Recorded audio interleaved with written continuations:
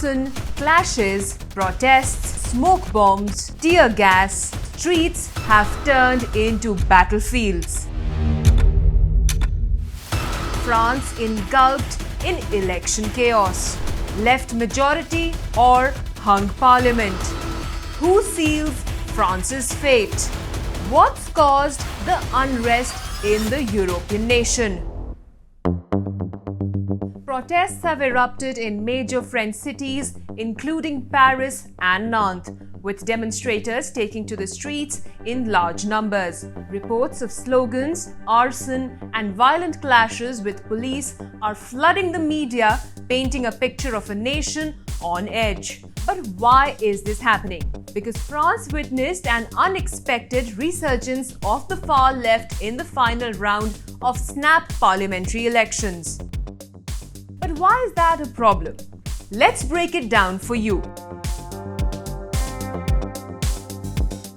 On 7th July, a massive crowd gathered, chanting and marching with flares in Paris's iconic Place des Républiques. The situation rapidly escalated, prompting the police to deploy tear gas to disperse the demonstrators. Similarly, in Nantes, left-wing activists clashed with law enforcement, leading to the use of tear gas to control the protesting crowd.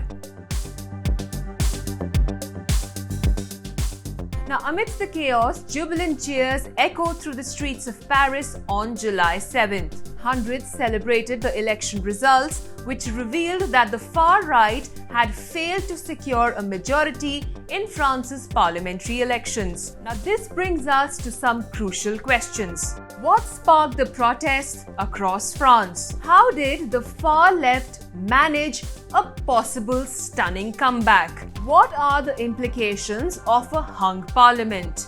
How will President Macron navigate this new political reality?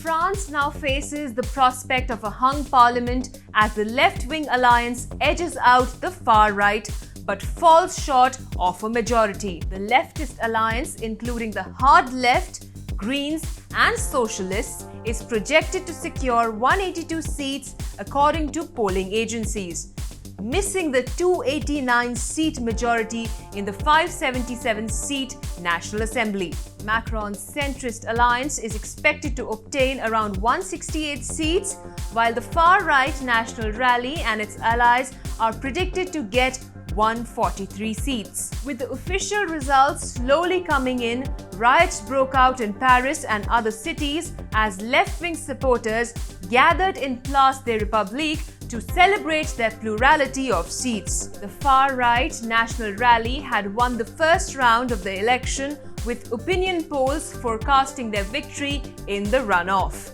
National Rally leaders attributed their defeat to unnatural political alliances. Now, the left-wing bloc known as the Popular Front includes France's Socialist Party, the French Communist Party, the Ecologists, and France Unbowed. Now, these parties formed an unexpected alliance to prevent the far right from achieving an outright win after the National Rally's initial success. Now, the left-wing bloc has promised several reforms, including overturning Macron's pension changes and instituting a right to retire at 60. Now, Prime Minister Gabriel Attal is expected to resign but may remain in office until the upcoming Paris Olympics. Now, reports indicate that President Macron will wait to see the new chamber's structure before appointing the next Prime Minister. Now, this election result deals a significant blow to Macron, who called the snap election to reinforce his political dominance. Voters have penalized him and his alliance for the cost of living crisis and deteriorating public services, which allowed the National Rally to surge in the first round. Now, the far right also won the European Parliament elections earlier in the month. Now, France is entering uncharted territory with the prospect of a hung parliament, something not seen in modern French history.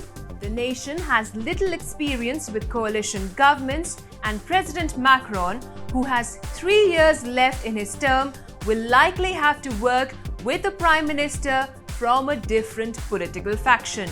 Now, the election results come just before the Paris Olympics, set to begin on July 26. Now, France waits with bated breath for a new government that will need to stabilize the country during the Games and beyond, following months of political tension. As Victor Hugo once said, "Even the darkest night will end and the sun will rise." France too looks forward to a new dawn after the tumultuous political chapter.